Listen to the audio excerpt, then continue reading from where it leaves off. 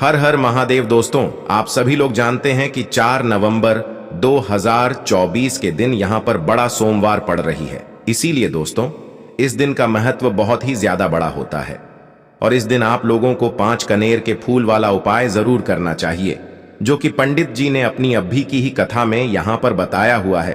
तो दोस्तों, इस उपाय को आपको कैसे करना है, कब करना है, कहां पर करना है और उपाय को करते समय आपको किन किन बातों का ध्यान रखना है, यह सारी जानकारी हम आपको इस वीडियो में देंगे। तो चलिए दोस्तों, उपाय को शुरू करते हैं।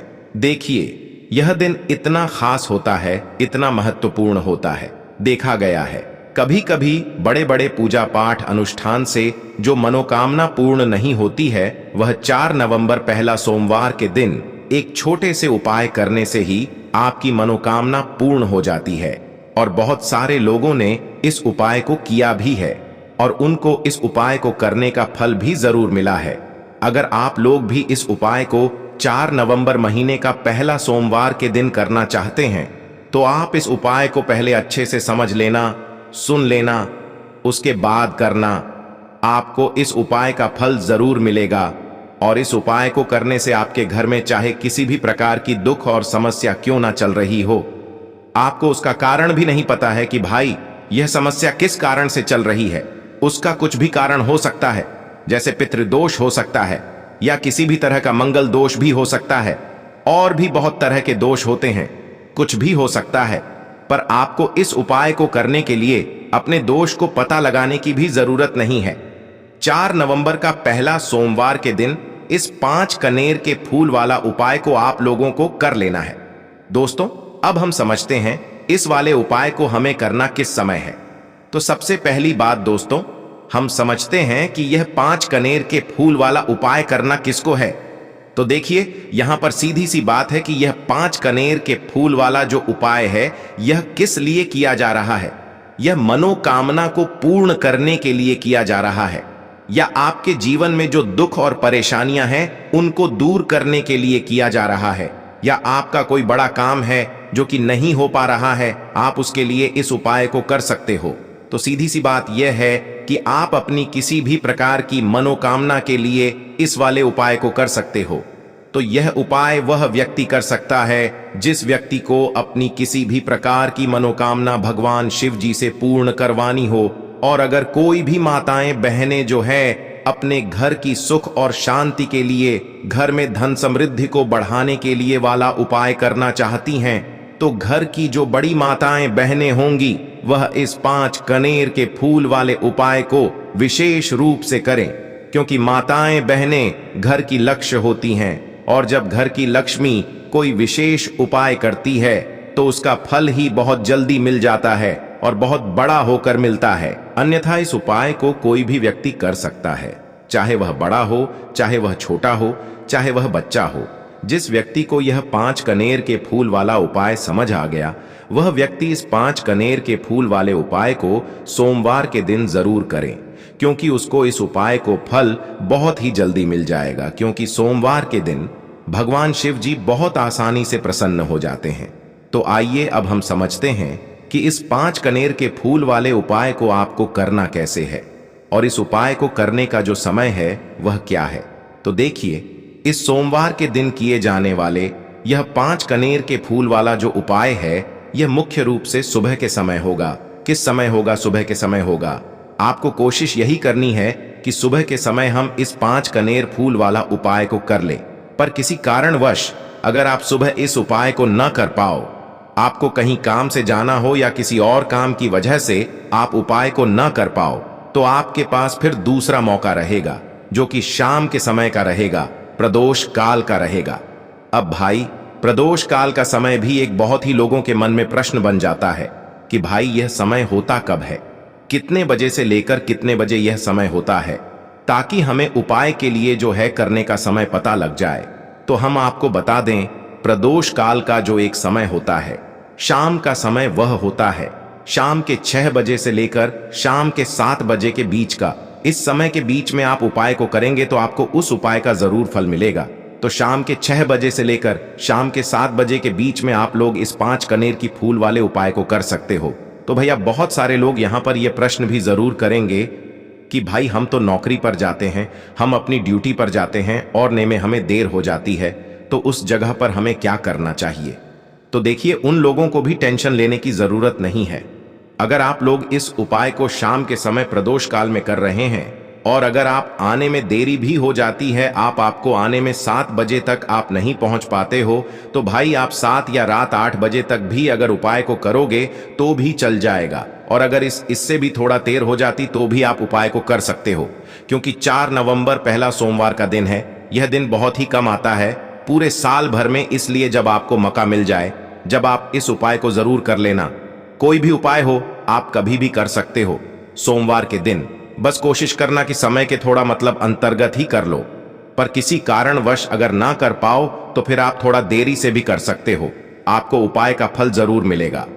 पूज्य गुरु जी ने कहा कि इस 4 नवंबर पहला सोमवार में जो व्यक्ति 5 कनेर के फूल वाला यह विशेष उपाय शिवलिंग के ऊपर कर लेता है तो उसके जीवन में चल रही तमाम परेशानियों का अंत होता है और उसकी समस्त मनोकामनाएं महादेव की कृपा से बहुत ही जल्द परिपूर्ण होती हैं। तो चलिए जानते हैं पूज्य गुरु जी द्वारा बताए गए उस बहुत ही खास उपाय के बारे में। लेकिन उससे पहले एक प्रार्थना, अगर आप चैनल पर नए हैं तो कृपया चैनल को सब्सक्राइब अवश्य कर लें। देखिए, यह सोमवार हमारे लिए बहुत ही खास है और 4 नवंबर पहला पढ़ने वाले इस सोमवार के दिन हमें पूज्य गुरु जी द्वारा बताए गए कुछ बहुत ही खास उपायों को जरूर करना चाहिए। यह उपाय आपके जीवन में सुख समृद्धि की वृद्धि करते हैं। माता लक्ष्मी की कृपा आपके जीवन में होती है, आपका चाहे जितना भी दुर्भाग्य चल रहा हो। पूज्य गुरु जी ने कहा कि अगर आप इस 4 नवंबर पहला सोमवार के दिन 5 कनेर के फूल वाला उपाय कर लेते हैं तो आपका सारा दुर्भाग्य महादेव की कृपा से बहुत ही जल्द सौभाग्य में बदल जाता है। तो चलिए जानते हैं गुरु जी द्वारा बताए गए सबसे पहले उपाय के बारे में। देखिए, इस उपाय के लिए आपको सिर्फ एक लोटा जल ले लेना है और 5 कनेर के फूल ले लेने हैं। सोमवार के दिन किए जाने वाला यह सबसे अचूक और सबसे खास उपाय है, इसलिए आपको 5 कनेर के फूल कहीं से भी ले लेने हैं। 5 कनेर के फूल आप चाहे तो फूल की दुकान से ले लें, या फिर आपको नहीं मिल पाते हैं तो शिवलिंग के ऊपर जो कनेर के फूल चढ़े हैं उनको उठाकर जल से शुद्ध करके फिर आप उनका भी इस्तेमाल कर सकते हैं। देखिए, आप जो जल लेंगे वह आपको तांबे के पात्र में लेना है और अपने किचन से लेना है। अब सिर्फ यह 2 सामग्री लेकर आपको शिवालय पहुंच जाना है। पूज्य गुरु जी ने कहा कि इस उपाय को आप सुबह करना चाहे तो सुबह कर लें और शाम को करना चाहे तो शाम को कर लें। पूरे दिन में किसी भी समय आप इस उपाय को कर सकते हैं। अब देखिए, शिवालय पी पचने के बाद सबसे पहले आपको एक काम करना है कि आप दक्षिण दिशा में बैठ जाइए और उत्तर दिशा की तरफ अपना फेस कर लीजिए। अब आप जो 5 कनीर के फूल लेकर आए हैं, इनमें से आपको एक एक कनीर का फूल शिवलिंग में जो महादेव का परिवार होता है उसमें समर्पित करते जाना है। देखिए, पहला फूल आपको शिवलिंग में जो दाहिने साइड वाला कोना होता है, जिसे श्री गणेश जी का स्थान कहते हैं, वहां पर यह पहला कनेर का फूल समर्पित कर देना है और श्री शिवाय नमस्तुभयम मंत्र का स्मरण कर लेना है। फिर दूसरा कनेर का फूल आपको श्री कार्तिकी जी वाले स्थान में समर्पित कर देना है और श्री शिवाय नमः सुव्य मंत्र का स्मरण कर लेना है। फिर तीसरा कनेर का फूल आपको माता अशोक सुंदरी वाले स्थान में समर्पित कर देना है और श्री शिवाय नम शव्य मंत्र का स्मरण करना है। जलाधारी के बीच वाला जो स्थान होता है वह माता अशोक सुंदर का स्थान कहलाता है और यहीं पर आपको तीसरा कनेर का फूल समर्पित कर देना है। इसके बाद चौथा कनेर का फूल आपको माता पार्वती के हस्त कमल में समर्पित कर देना है। देखिए, शिवपिंडी जिस स्थान पर रखी रहती, यानी शिवलिंग जिस स्थान पर जुड़ा रहता है, उस पूरे गोल गोल वाले स्थान को माता पार्वती का हस्त कमल कहते हैं। और चौथा कनेर का फूल आपको यहीं पर समर्पित करना है तथा श्री शिवाय नमोस्तु मंत्र का स्मरण कर लेना है। इसके बाद आपको 5वां कनेर का फूल शिवलिंग के ऊपर समर्पित कर देना तथा महादेव से अपनी मनोकामना बोल देनी है।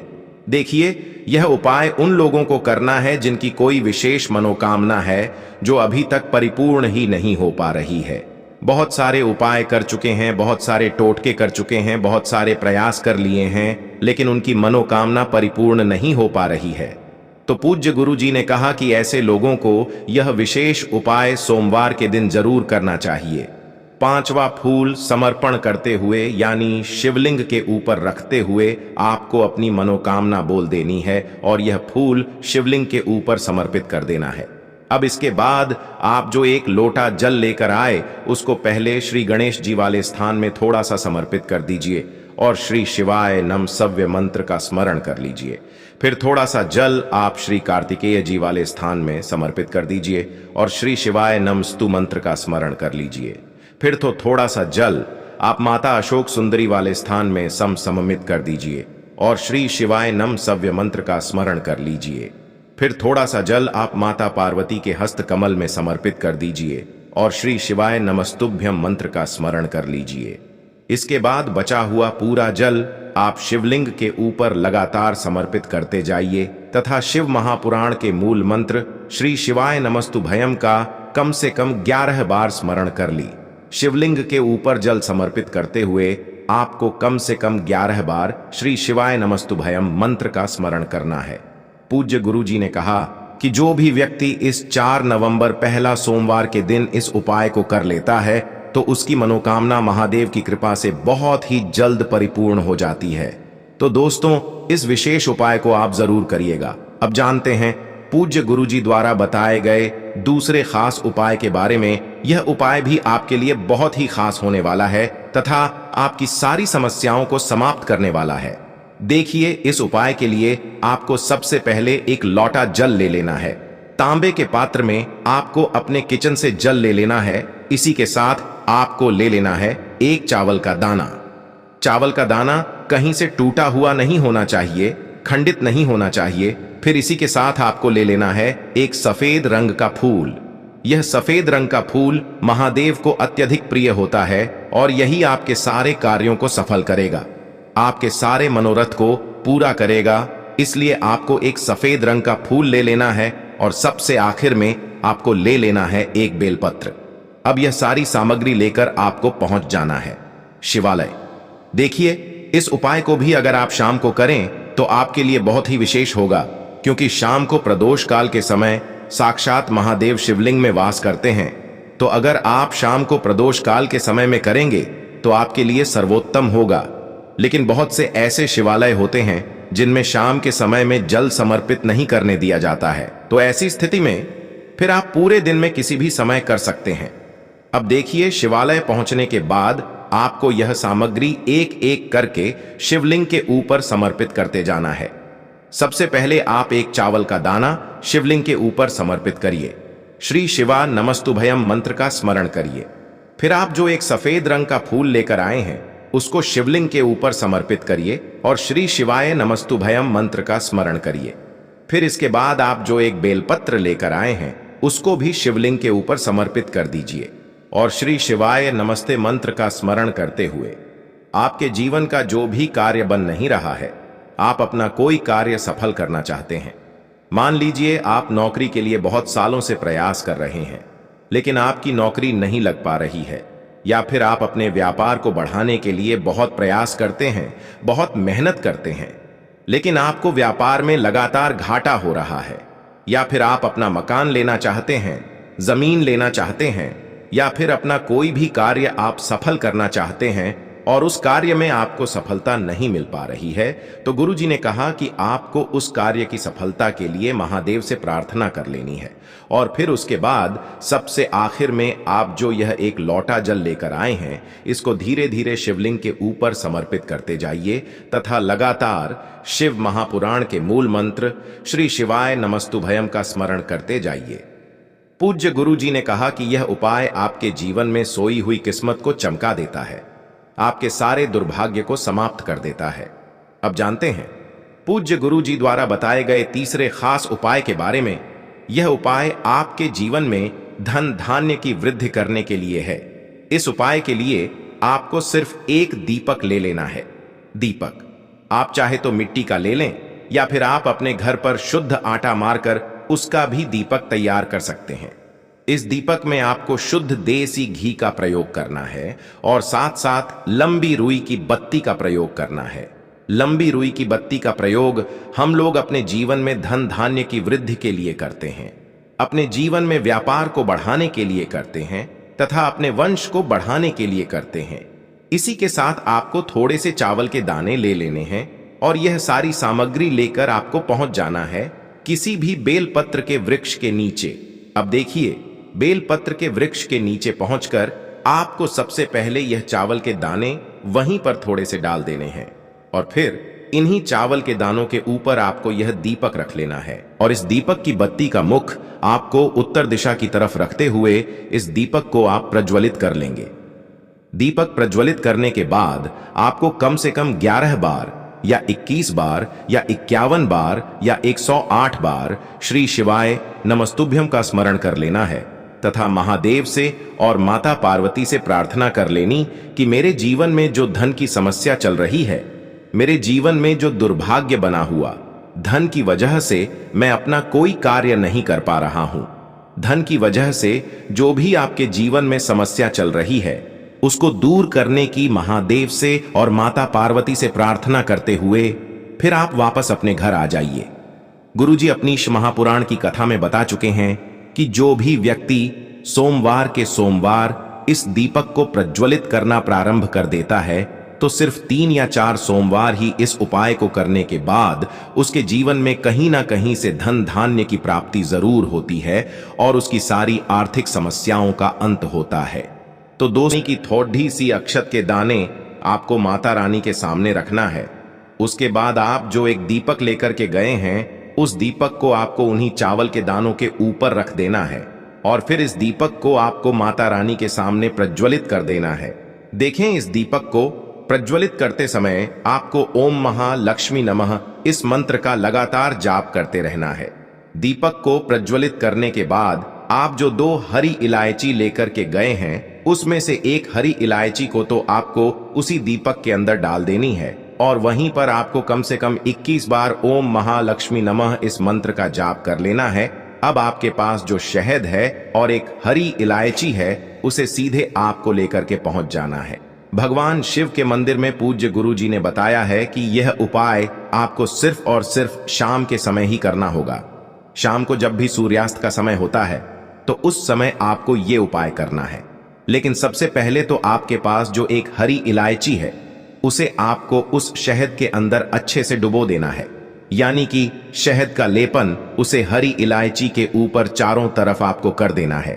अब यह जो शहद से युक्त हरी इलायची है इससे आपको भगवान शिव के शिवलिंग पर अर्पित कर देनी है और आपको वो श्री शिवाय नमस्तुभ्यम इस मंत्र का लगातार जाप करते रहना है। फिर इसके बाद आपको एक लोटा जल भी अपने साथ लेकर के जाना। तो यह एक लोटा जल भी आपको धीरे धीरे शिवलिंग पर समर्पित कर देना है और आपको श्री शिवाय नमस्तुभ्यम इस मंत्र का जाप करते रहना है। फिर इसके बाद आपको अपने घर आ जाना है। इस प्रकार से आपको ये उपाय कर लेना है। इस उपाय के लिए आपको मात्र 2 लौंग लेनी होगी, यानी कि आपको लौंग का जोड़ा लेना है। 2 फूल वाली आपको लौंग लेनी है।